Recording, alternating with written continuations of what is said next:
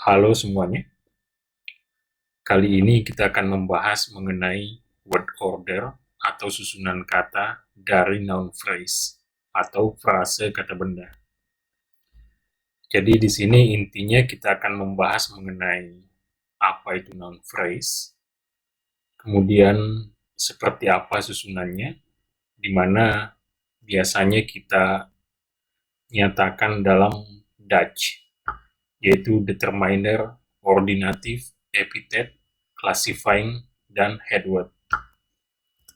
Oke, yang pertama adalah biasanya ketika kita menyusun sebuah kata atau frase kata benda, biasanya kita bingung. Kita bingung dengan susunannya seharusnya seperti apa. Jadi, antara nice yellow card dengan yellow nice card, yang mana yang benar, begitu pula antara big square box dengan square big box, yang mana yang benar, kemudian long black hair dengan black long hair. Begitu pula dengan hot white liquid dengan white hot liquid. Jadinya kita bingung seperti apa susunan yang benar ketika kita tidak memahami seperti apa teorinya atau seperti apa seharusnya. Oke, kita coba lihat.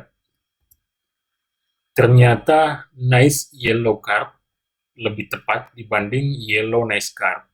Begitu pula big square box itu lebih tepat dibanding square big box. Begitu pula dengan long black hair dengan hot white liquid.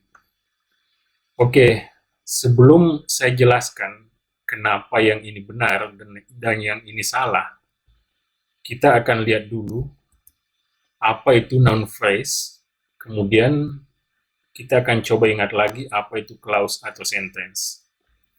Baik, di video sebelumnya atau di video-video sebelumnya, misalnya cara cepat menguasai 16 tenses dan juga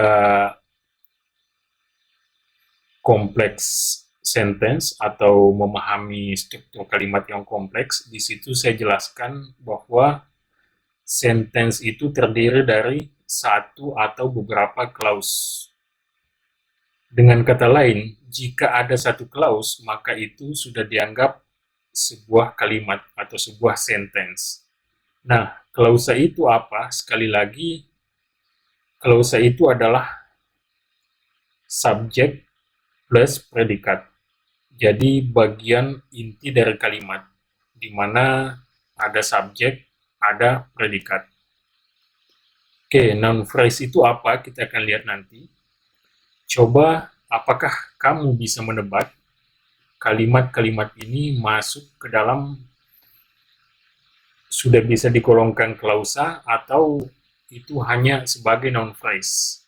She is good, he ran away, two beautiful girls, those three most famous big old square blue traditional houses, that small black cup is hot. Oke, kita lihat. Oke, sesuai dengan definisinya bahwa klausa itu terdiri dari subjek dan predikat, di sini kita lihat bahwa ada subjek si, kemudian verb, ya, lebih tepatnya dikatakan subjek ditambah verb. Jadi satu klausa itu, supaya tidak bingung, satu klausa itu terdiri dari subjek plus verb atau kata kerja. Jika tidak ada kata kerja, yang ada kata sifat atau kata benda, maka di dalamnya antara subjek dan kata sifat atau kata benda itu mesti ada kata kerja penghubung atau linking verb. Biasanya salah satu linking verb yang sering digunakan adalah to be. Nah, di sini kita melihat ada subjek, kemudian ada linking verb. Berarti ini adalah clause. Begitu pula di sini ada subjek he, kemudian ran away. Berarti ini juga adalah clause.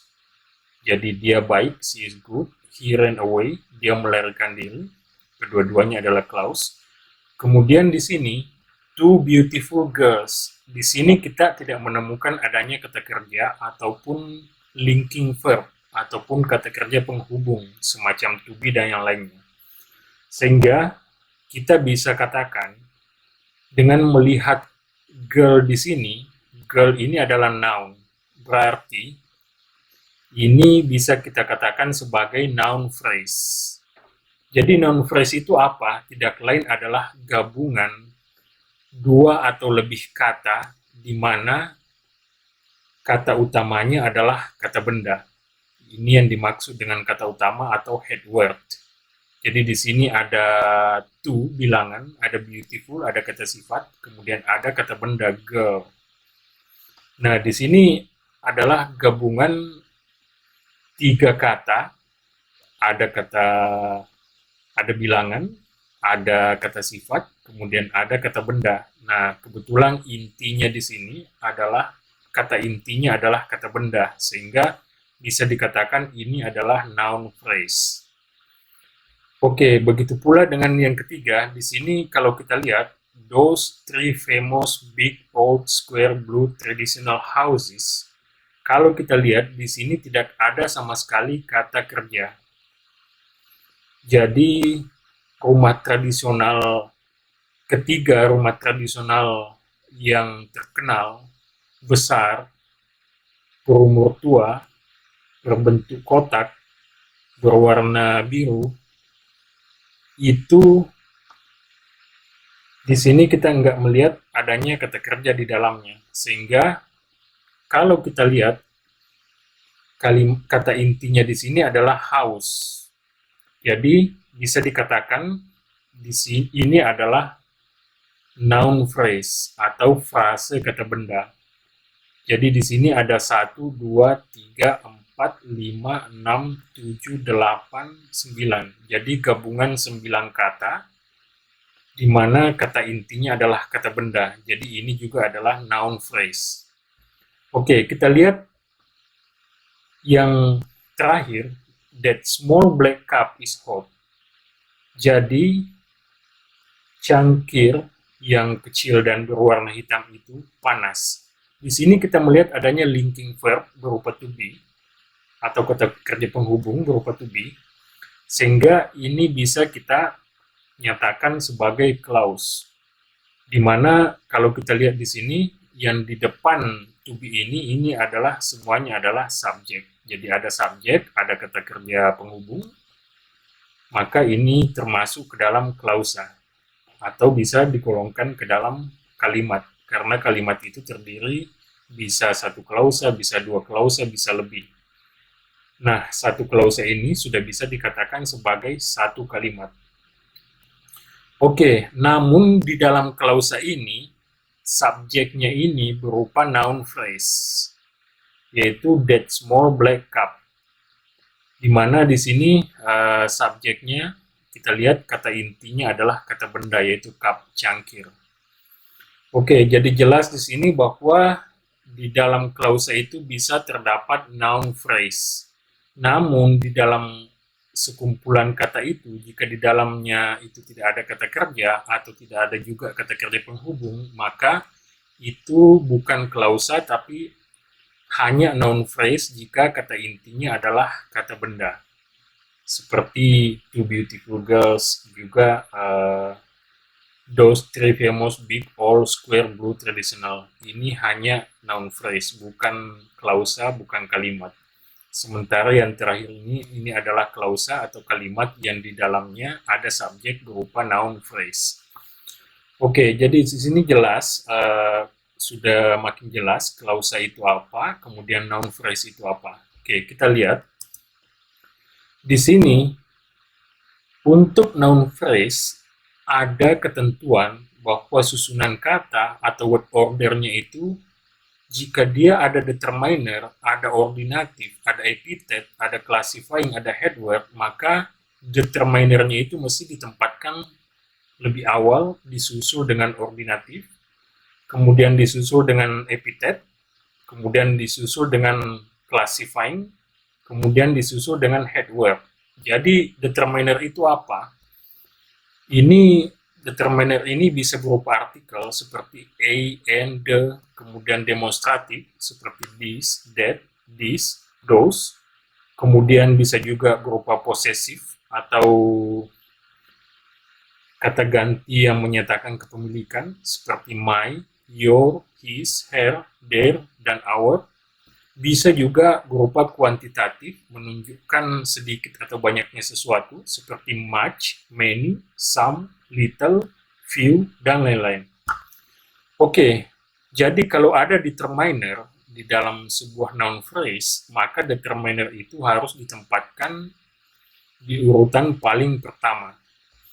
Oke, yang kedua, ordinatif. Jika ada ordinatif, maka ini harus ditempatkan setelah determiner. Ordinatif itu apa? Ini memuat atau mencakup kardinal atau kata bilangan biasa seperti 1, 2, 3, 4, dan lain-lain. Dan selanjutnya, kemudian ordinal atau kata bilangan yang menunjukkan tingkat seperti first, second, third, fourth, fifth, dan lain-lain. Kemudian komparatif di sini juga bisa digolongkan ke dalam ordinatif, meskipun ini sebenarnya juga bisa dimasukkan ke dalam kata sifat, seperti more dan most. Oke, selanjutnya jika ada epitet atau kata sifat, maka kata sifat ini mesti ditempatkan setelah determiner dan setelah ordinatif.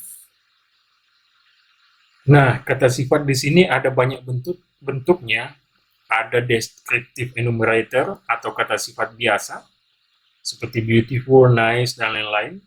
Kemudian ada kata sifat yang menunjukkan ukuran atau size, seperti long, short, big, dan lain-lain. Ada kata sifat yang menunjukkan age atau umur, seperti old, young, new, dan lain-lain. Kemudian ada kata sifat yang menunjukkan temperatur atau temperature, seperti hot, cool, cold, warm, dan lain-lain. Ada juga kata sifat yang menunjukkan shape atau bentuk, seperti square, kotak, round, bulat, dan lain-lain. Dan yang terakhir ada kata sifat yang menunjukkan color atau warna, seperti yellow, black, white, green, red, dan lain-lain. Oke, nah ketika semua kata sifat ini muncul di dalam noun phrase, ingat noun phrase itu adalah kumpulan kata-kata yang intinya adalah kata benda dan tidak ada kata kerja atau kata kerja penghubung di dalamnya.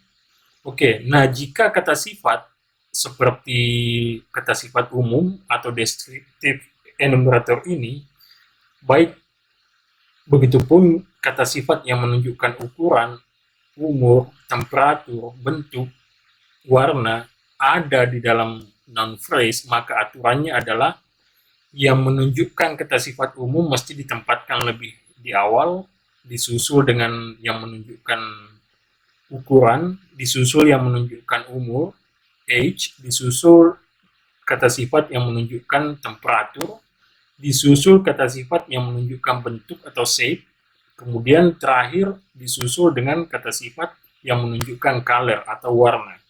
Jadi seperti ini urutannya.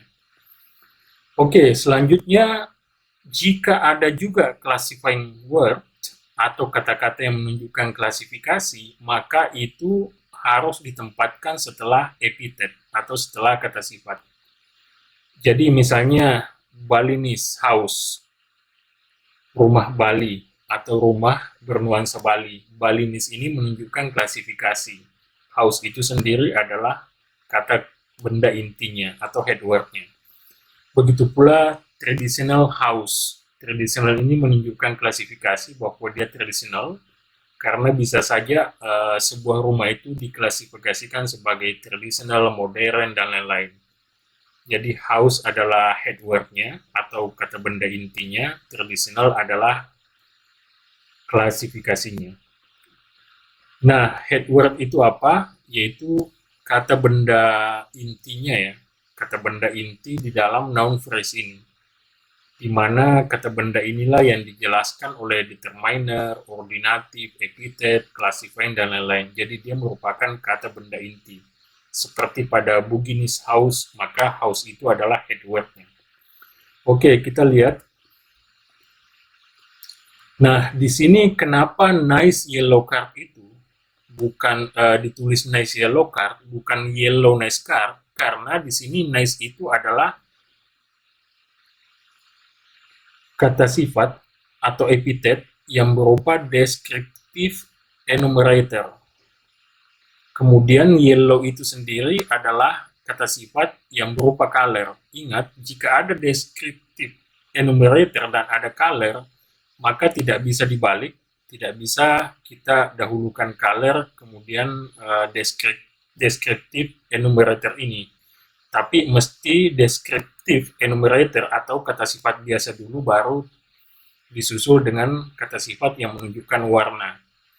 Jadi di sini kita harus mengatakan nice yellow car, bukan yellow nice car. Nah, card ini sendiri adalah kata benda intinya atau head word-nya. Jadi nice yellow car, jadi kartu berwarna kuning yang kelihatan baik atau yang enak dilihat. Oke, yang kedua, big square box. Nah, di sini big ini adalah kata sifat yang menunjukkan size.